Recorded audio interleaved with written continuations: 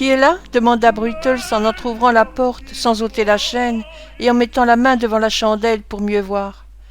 Ouvrez, répondit une voix. Ce sont les officiers de police de Bow Street qu'on a mandés ce matin. Rassuré par ces paroles, Brittles ouvrit la porte toute grande et se trouva en face d'un homme d'un port majestueux, vêtu d'une longue redingote, lequel entra sans mot dire et alla s'essuyer les pieds sur le paillasson avec autant de sans-gêne que s'il fût entré chez lui. « Envoyez tout de suite quelqu'un pour aider mon collègue, n'est-ce pas, jeune homme ?» dit l'agent de police. « Il garde la voiture. Avez-vous une remise où on puisse la mettre pour quelques minutes ?» Brittles répondit affirmativement et montra du doigt la remise. L'homme retourna sur ses pas et aida son camarade à remiser la voiture, tandis que Brittles les éclairait et les contemplait avec admiration. Cela fait, ils se dirigèrent vers la maison. On les introduisit dans une salle où ils se débarrassèrent de leurs grandes redingotes et de leurs chapeaux et se montrèrent pour ce qu'ils étaient. Celui qui avait frappé à la porte était un homme robuste, de taille moyenne, de 50 ans environ. Il avait les cheveux noirs et luisants, défavoris, la figure ronde et les yeux perçants. L'autre était roux, trapu, d'un extérieur peu agréable, avec un nez retroussé et un regard sinistre. « Dites à votre maître que Blazer et Duff sont ici, » dit le premier en se passant la main dans les cheveux et en posant sur la table une paire de menottes. « Ah bonjour, mon bourgeois, puis-je vous dire 2 mots en particulier ?» Ces paroles s'adressaient à M. Losberne, qui parut en ce moment. Il fit signe à Brittles de sortir, fit entrer les 2 dames et ferma la porte. « Voici la maîtresse de la maison, » dit-il en se tournant vers madame Miley. M. Blazer salua, on le pria de s'asseoir. Il prit une chaise, posa son chapeau sur le plancher et fit signe à Duff d'en faire autant. Ce dernier, qui ne paraissait pas aussi habitué à fréquenter la bonne société ou qui n'était pas aussi à son aise devant elle, s'assit tout d'une pièce et pour se donner une contenance se fourra dans la bouche la paume de sa canne. « Maintenant, parlons du crime, dit Blazers. Quelles en sont les circonstances ?» M. Losberne, qui désirait gagner du temps, raconta l'affaire tout au long et dans les plus minutieux détails, tandis que MM. Blazers et Duff semblaient parfaitement saisir la chose et échangeaient parfois un signe d'intelligence. « Je ne puis rien affirmer avant l'inspection des lieux, dit Blazers, mais j'ai dans l'idée, et en cela je ne crois pas trop m'avancer, que ce n'est pas un pègre qui a fait le coup. Qu'en dites-vous, Duff ? Non, certainement, répondit Duff. Pour faire comprendre à ces dames le mot de pègre, je suppose que vous entendez par là que le voleur n'est pas de la campagne, dit M. Losberne en souriant. Justement, mon bourgeois, répondit Blazers. Vous n'avez pas d'autres détails à nous donner ? Aucun, dit le docteur. Qu'est-ce donc que ce jeune garçon dont parlent les domestiques ? Demanda Blazers. Sottise que cela, dit le docteur. Un domestique effrayé s'est mis dans la tête que cet enfant était pour quelque chose dans la tentative d'effraction. Mais c'est absurde. C'est bien facile à dire, remarqua Duff. Ce qu'il dit là est plein de sens, observa Blazers, en approuvant d'un signe de tête le mot de son camarade et en jouant négligemment avec ses menottes comme on ferait avec des castagnettes. Qui est cet enfant ? Quels renseignements donne-t-il sur lui-même ? D'où vient-il ? Il n'est pas tombé du ciel, n'est-ce pas, mon bourgeois ? Non, assurément, répondit le docteur, en lançant aux dames un coup d'œil expressif. Je connais toute son histoire, mais nous en reparlerons plus tard. Vous tenez, je suppose, à voir d'abord l'endroit par lequel les voleurs ont tenté de pénétrer. Certainement, répondit M. Blazers. Il nous faut d'abord examiner les localités, puis interroger les domestiques. C'est la manière de procéder habituelle. On apporta des lumières, et messieurs Blazers et Duff, accompagnés du constable, de Brittles, de Giles, en un mot de toute la maison, se rendirent au petit cellier, au bout du passage, visitèrent la fenêtre en dedans, puis faisant le tour par la pelouse, la visitèrent en dehors. Ils prirent une chandelle pour examiner le volet, une lanterne pour suivre les traces des pas, une fourche pour fouiller les buissons. Cela fait, au milieu du silence religieux de tous les assistants, ils rentrèrent, et messieurs Giles et Brittles furent requis de donner une représentation du rôle qu'ils avaient joué dans les événements de la veille. Ils s'en acquittèrent au moins 6 fois de suite. Ils ne furent d'abord en désaccord que sur un seul point important, et à la fin sur une douzaine seulement. Ensuite, Blazers et Duff, firent sortir tout le monde, et délibérèrent longuement, ensemble, avec tant de mystère et de solennité, qu'une consultation de grand médecin sur un cas difficile ne serait qu'un jeu d'enfant comparé à cette délibération. Pendant ce colloque, le docteur se promenait de long en large dans la pièce voisine, extrêmement agité, tandis que madame Miley et Rose se regardaient avec inquiétude. « Sur ma parole, » dit M. Losberne, en s'arrêtant tout à coup, après avoir parcouru la salle à grands pas, « je ne sais vraiment que faire. » « Il me semble, dit Rose, que l'histoire de ce pauvre enfant, contée fidèlement à ses hommes, suffirait pour éloigner de lui les soupçons. »« J'en doute, ma chère demoiselle, dit le docteur en secouant la tête. Je ne crois pas que cela pût suffire pour le rendre innocent aux yeux de ses hommes, ni même aux yeux de fonctionnaires d'un ordre plus élevé. Après tout, dirait-il, qu'est-ce que cet enfant? Un vagabond. D'ailleurs, à ne juger son histoire que d'après les considérations et les probabilités ordinaires, elle est bien invraisemblable.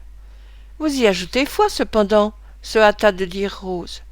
Moi je l'accepte, tout étrange qu'elle est, continua le docteur, et peut-être, en agissant ainsi, fais-je preuve de sottise, mais je ne crois pas qu'elle eût la même valeur aux yeux d'un agent de police exercé. Pourquoi donc? Demanda Rose. Pourquoi? Ma belle enfant, répondit le docteur, parce que cette histoire, examinée à leur point de vue, a plus d'un côté louche. Il ne peut prouver que ce qui est contre lui, et rien de ce qui est en sa faveur. Or ces gens-là veulent toujours savoir les si et les pourquoi, et n'admettent rien sans preuve. De son propre aveu, vous voyez que, depuis quelque temps, il vit avec des voleurs. Il a été arrêté et mené devant un commissaire de police, sous la prévention d'avoir volé un mouchoir dans la poche d'un monsieur. Il a été enlevé de force de la demeure de ce monsieur, et entraîné dans un lieu qu'il ne peut indiquer, et dont il ignore complètement la situation.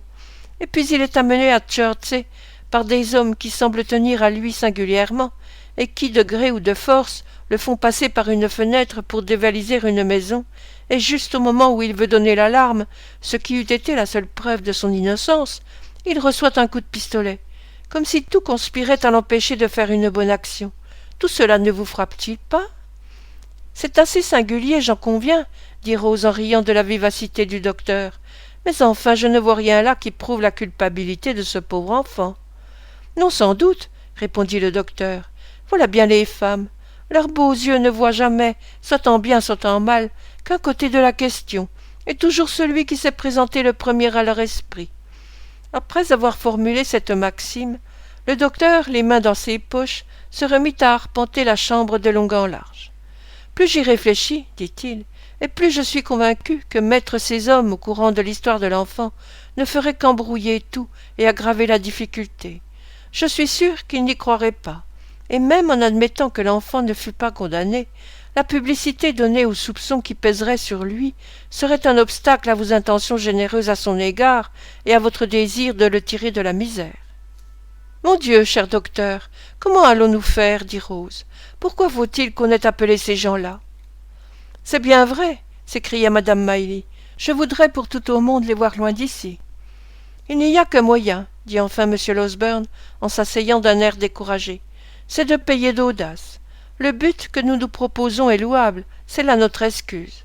L'enfant a beaucoup de fièvre. Il est hors d'état de soutenir une conversation. C'est toujours cela de gagner. Faisons de notre mieux, et si nous ne réussissons pas, du moins ce ne sera pas notre faute. Entrez?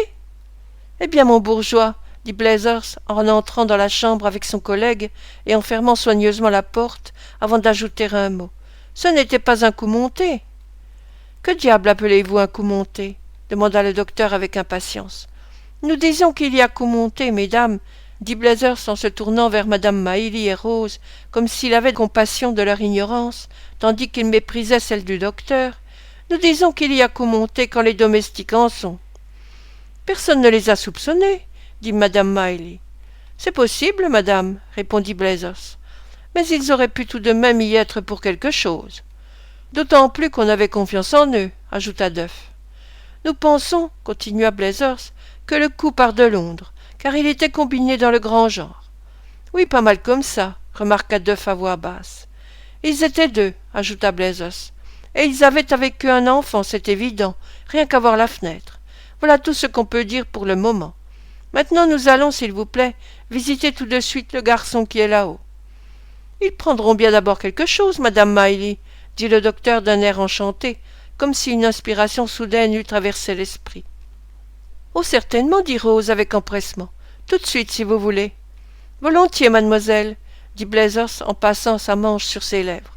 On a soif à faire cette besogne-là. N'importe quoi, mademoiselle. Ne vous dérangez pas pour nous. Que voulez-vous prendre demanda le docteur en suivant la jeune fille au buffet. Une goutte de liqueur, mon bourgeois, si ça vous est égal, répondit Blazers. Il ne faisait pas chaud sur la route, voyez-vous, madame, et je trouve qu'il n'y a rien comme un petit verre pour vous réchauffer le tempérament. C'est à madame Miley qu'il faisait cette confidence pleine d'intérêt. Celle-ci l'accueillit avec grâce, et le docteur profita du moment pour s'esquiver. Ah, mesdames, dit M. Blazers, en prenant son verre à pleine main et en le portant à sa bouche, j'en ai terriblement vu dans ma vie de ces affaires-là. Blazers, vous souvenez-vous de ce vol avec effraction commis à Edmonton dit M. Duff, venant en aide à la mémoire de son collègue. Tenez, c'était un vol dans le genre de celui d'hier, reprit Blazers. C'est Conquête Chickweed qui avait fait le coup, n'est-ce pas? Vous le mettez toujours sur son compte, répondit Duff. Mais c'était la famille Pett, j'en suis sûr, et Conquet y était comme moi. Allons donc, repartit M. Blazers. Je le sais bien peut-être. Vous rappelez-vous le temps où Conquet fut volé? Quel vacarme cela fit! C'était pis qu'un roman. Qu'était-ce donc? Demanda Rose, désireuse de mettre en belle humeur ses désagréables visiteurs. C'est un vol comme on n'en avait jamais vu, mademoiselle, dit Blazers. Le dit Conquet Chickweed. Conquet veut dire long nez, madame, interrompit Duff. Mais madame le sait bien, n'est-ce pas? Demanda M. Blazers. Vous m'interrompez toujours, Duff. Ce Conquet Chickweed tenait une taverne sur la route de Battlebridge, où beaucoup de jeunes lords venaient voir les combats de coqs, etc. Moi qui y allais souvent, je puis vous assurer qu'il entendait joliment son affaire. Voilà qu'une nuit, on lui vola 327 guinées dans un sac de toile. Elles lui furent dérobées dans sa chambre à coucher, à la fin de la nuit, par un homme de 6 pieds avec un emplâtre sur l'œil, qui s'était caché sous son lit, et qui, le vol commis, sauta par la fenêtre laquelle était au premier étage. Il se sauva au plus vite, mais Conquet était alerte. Il s'éveilla au bruit, sauta en bas de son lit, fit feu sur le voleur et éveilla tout le voisinage. Voilà tout le monde debout en un instant. On cherche partout, et on trouve que Conquet a blessé son voleur, car il y avait des traces de sang jusqu'à un mur de clôture assez éloigné, et puis plus rien. La perte du magot ruina Chickweed, et son nom figura sur la gazette parmi ceux des banqueroutiers. On fit une souscription pour venir en aide à ce pauvre homme auquel cet événement avait fait tourner la tête, et qui, pendant 3 ou 4 jours, courut les rues en s'arrachant les cheveux, et dans un désespoir tel que bien des gens craignaient qu'il n'en finît avec la vie. Un jour, il arrive tout effaré au bureau de police. Il a un entretien particulier avec le magistrat, lequel, après bien des paroles, sonne, mande Jack Spyers, ce Spyers était un agent actif, et lui dit d'aller aider M. Chickweed à se saisir du voleur. « Croiriez-vous, Spyers, dit Chickweed, que je l'ai vu hier matin passer devant ma porte? Et pourquoi ne l'avez-vous pas pris au collet? Dit Spyers. J'étais si saisi que je crois qu'on aurait pu m'assommer avec un cure-dent, répondit le pauvre homme. Mais nous le tenons, car je l'ai encore vu passer le soir entre 10 et 11 heures. Sur-le-champ, Spyers se munit d'une chemise blanche et d'un peigne pour le cas où il serait absent 2 ou 3 jours. Il part, il va se poster à une des fenêtres de la taverne, derrière un petit rideau rouge, le chapeau sur la tête et prêt à s'élancer en un clin d'œil sur le voleur. Il était là le soir sur le tard à fumer sa pipe, quand tout à coup Chickweed s'écrie « Le voilà! Au voleur! À l'assassin !» Jack Spyers se précipite dehors et voit Chickweed courir à toutes jambes en criant à tue-tête. Il le suit, la foule s'amasse, tout le monde crie « Au voleur !» et Chickweed de courir toujours en criant comme un possédé. Spyers le perd de vue un instant au détour d'une rue. Il le rejoint, voit un groupe, s'y jette en s'écriant « Où est le voleur ?»« Morbleu !» dit Chickweed, « il m'a encore échappé. » Une chose digne de remarque, c'est qu'on ne put le trouver nulle part, et on s'en revint à la taverne. Le lendemain matin, Spyers se remet à son poste derrière le rideau, guettant au passage l'homme de 6 pieds avec un emplâtre noir sur l'œil. À force de regarder, il en eut la vue trouble, et au moment où il se frottait les yeux, voilà Chickweed qui recommence à crier « Au voleur !» et qui part à toutes jambes. Spyers s'élance derrière lui, fait 2 fois plus de chemin que la veille, et du voleur, point de nouvelles. Une fois ou deux encore, pareille scène se renouvela.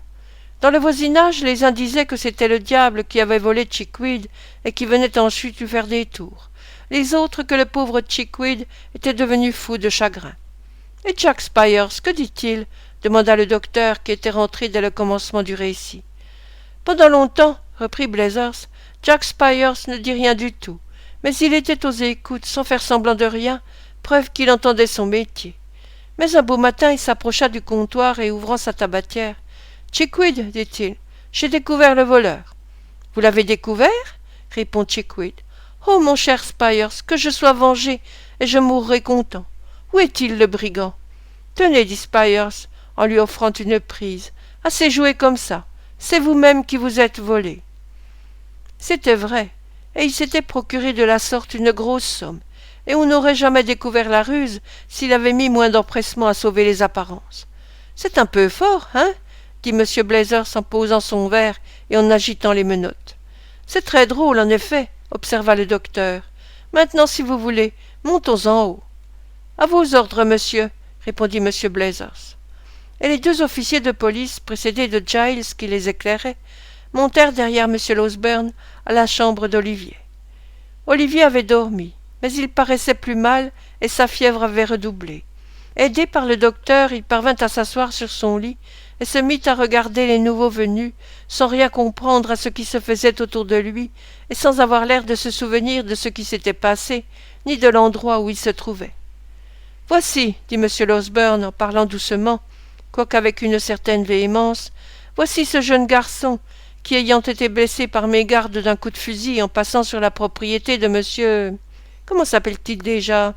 Là derrière.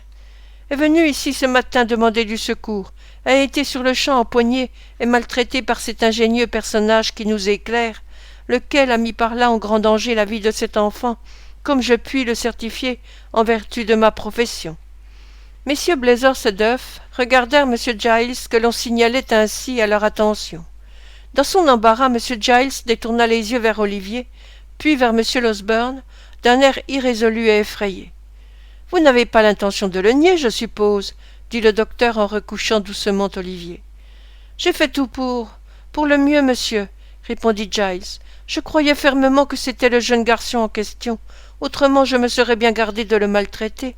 Je ne suis pas d'humeur cruelle, monsieur. »« Quel garçon pensiez-vous que c'était » demanda M. Duff. « L'enfant d'un des voleurs, » répondit Giles. « Ils en avaient un avec eux, cela n'est pas douteux. »« Et quelle est votre opinion à présent » demanda Blazers. « À présent ?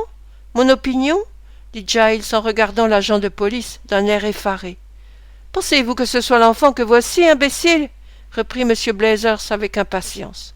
« Je ne sais pas, vrai je ne sais pas, » dit Giles tout décontenancé. « Je n'en jurerai pas. »« Mais enfin, quelle est votre opinion » demanda M. Blazers. « Je ne sais que penser, » répondit le pauvre Giles. « Je ne crois pas que ce soit l'enfant. Je suis presque certain que ce n'est pas lui. Vous savez bien que ce ne peut pas être lui. »« Est-ce que cet homme a bu » demanda Blazers en se tournant vers le docteur. « Quel imbécile vous faites » dit Duff à Giles avec un profond dédain. Pendant ce court dialogue, M. Losberne avait tâté le pouls du malade, puis il quitta la chaise qu'il occupait près du lit et observa que si les agents de police avaient quelque doute à ce sujet, il leur conviendrait peut-être de passer dans la pièce voisine et d'interroger Brittles. Ils acceptèrent la proposition, passèrent dans une autre chambre et firent comparaître devant eux M. Brittles. Celui-ci, par ses réponses, ne fit qu'embrouiller l'affaire. Il entassa contradiction sur contradiction. Il déclara qu'il ne pourrait reconnaître l'enfant quand même il l'aurait sous les yeux en ce moment, qu'il avait cru que c'était Olivier, parce que M. Giles l'avait dit, mais que M. Giles, 5 minutes auparavant, avait avoué dans la cuisine qu'il avait bien peur d'avoir été un peu trop vite en besogne. En d'autres conjectures ingénieuses, on agite la question de savoir si M. Giles avait réellement blessé quelqu'un. On examina le second pistolet, et il se trouva qu'il n'était chargé qu'à poudre et bourré de papier gris. Cette découverte fit une grande impression sur tout le monde, sauf sur le docteur qui avait retiré la balle 10 minutes auparavant, mais elle ne fit sur personne autant d'impression que sur M. Giles, qui, après avoir été, pendant plusieurs heures, tourmenté de la crainte d'avoir blessé un de ses semblables, s'attacha avec ardeur à l'idée que ce pistolet n'était pas chargé. Enfin les agents de police, sans s'inquiéter beaucoup d'Olivier, laissèrent dans la maison le constable de Chertsey et s'en allèrent coucher en ville, après avoir promis de revenir le lendemain matin. Le lendemain matin, le bruit se répandit que 2 hommes et un enfant, sur lesquels planaient des soupçons, avaient été arrêtés à Kingston. Messieurs Blazers et Duff s'y rendirent sur-le-champ.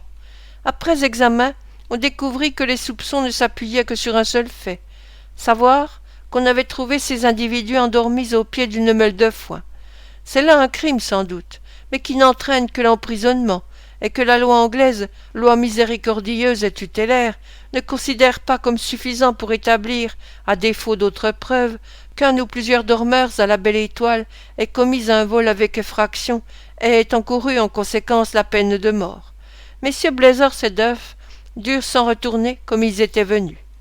Enfin, après de nouvelles recherches et de longs entretiens, il fut convenu que madame Mailly et m Losberne répondraient d'Olivier s'il était recherché par la justice, et un magistrat du voisinage reçut leur caution. Blazers et Duff, après avoir été gratifiés de quelques guinées, revinrent à Londres, sans être du même avis relativement à leur expédition. Tout considéré, Duff inclina à croire que la tentative d'effraction avait été commise par la bande de Pett. Blazers, au contraire, en attribuait le mérite au célèbre conquet Chickweed. Peu à peu, Olivier se rétablit. Les soins réunis de madame Mailly, de Rose et de l'excellent m Losberne lui rendirent la santé.